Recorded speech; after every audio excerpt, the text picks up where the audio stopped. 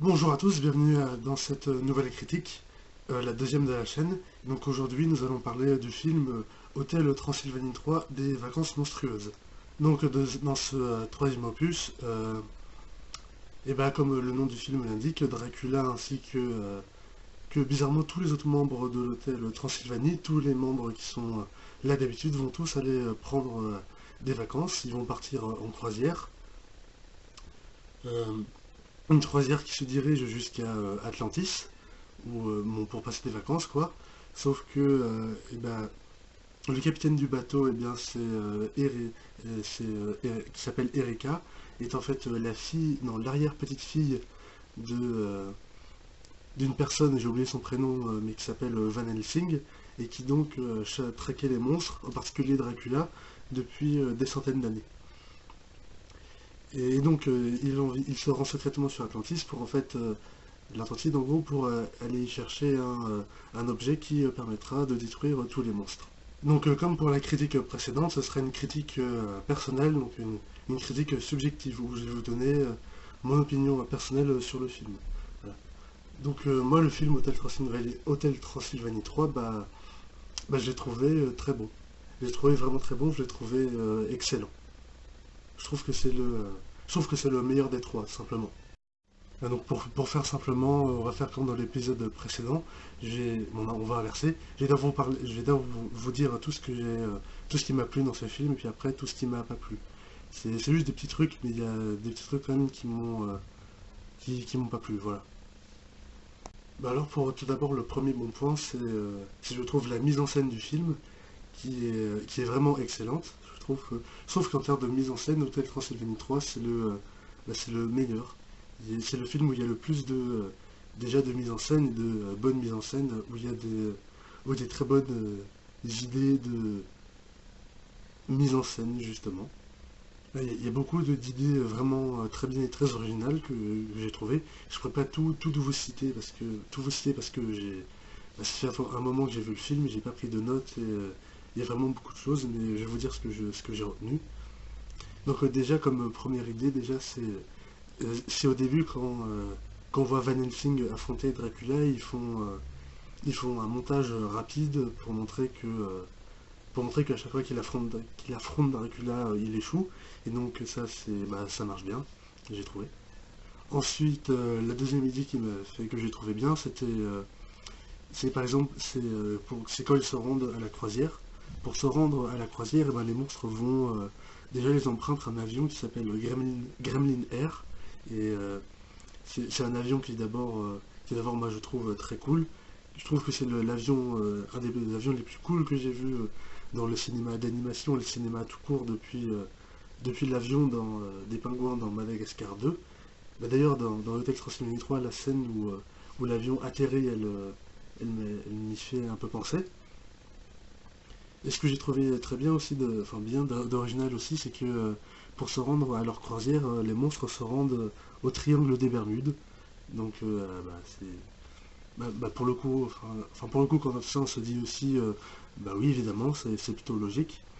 Et triangle des Bermudes euh, qui est d'ailleurs bien aussi, je trouve, c'est un triangle un peu WTF pour que ça colle à un côté un petit peu délirant du film, mais aussi assez ingénieux parce que le triangle des Bermudes, c'est en fait des chutes d'eau au milieu de l'océan qui forment un triangle avec à l'intérieur une pile de bateaux et d'avions, et c'est de là que départ la croisière. Et j'ai trouvé que ça c'était une plutôt bonne idée. Ce que j'ai trouvé très bien aussi, c'était les escales du bateau de leur croisière. Déjà à la fin, la dernière escale Atlantis, déjà c'est une super idée. Et en plus, Atlantis, sans vraiment trop vous spoiler, c'est un petit peu un casino géant comme à Las Vegas. Et les décors à l'intérieur de Atlantis j'ai trouvé que c'était vraiment très beau, c'était de belles couleurs très jolies à voir, hein.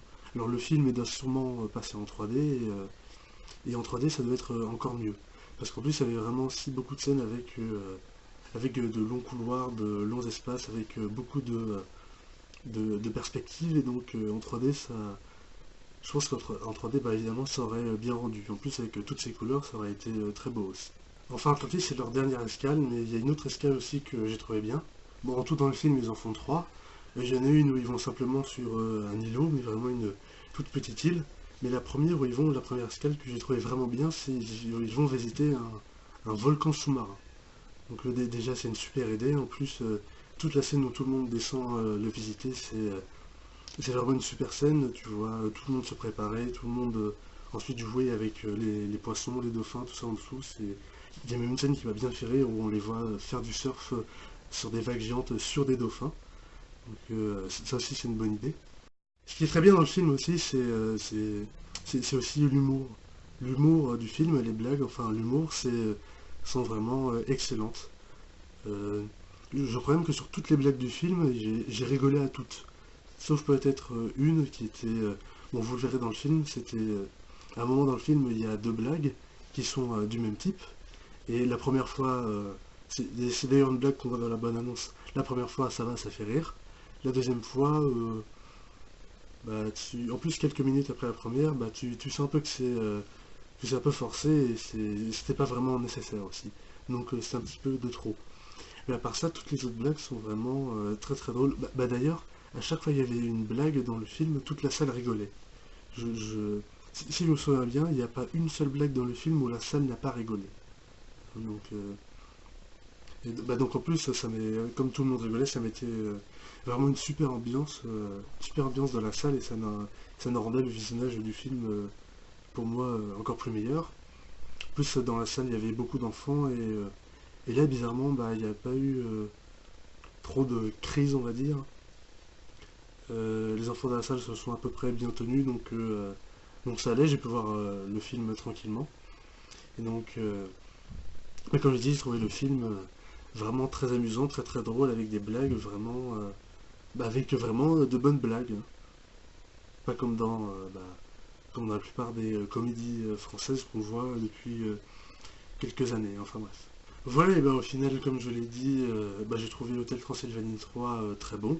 Je trouve que c'est le meilleur de la trilogie, pour l'instant. Et comme j'ai comme j'ai dit, j'ai trouvé très drôle, très bon. Même si au début, en voyant la bonne-annonce, je m'attendais à qu'il y ait un truc, un film assez banal où ils iraient juste en vacances, mais au final, c'était vraiment très très bien, c'était vraiment un bon film. Et il passe encore, il doit passer encore. Non, il passe encore au cinéma, puisque ça va faire qu'une semaine qu'il est sorti. Bah, je vous recommanderais fortement d'aller le voir parce que je pense que vous passerez plutôt bon moment. Voilà, cette seconde critique est terminée. N'hésitez pas à mettre des commentaires dans cette vidéo pour me dire ce que vous en avez pensé. Likez également cette vidéo si ça vous a plu. Partagez-la sur internet et les réseaux sociaux, bref. Et abonnez-vous à ma chaîne YouTube pour ne rien manquer des prochaines vidéos. Salut!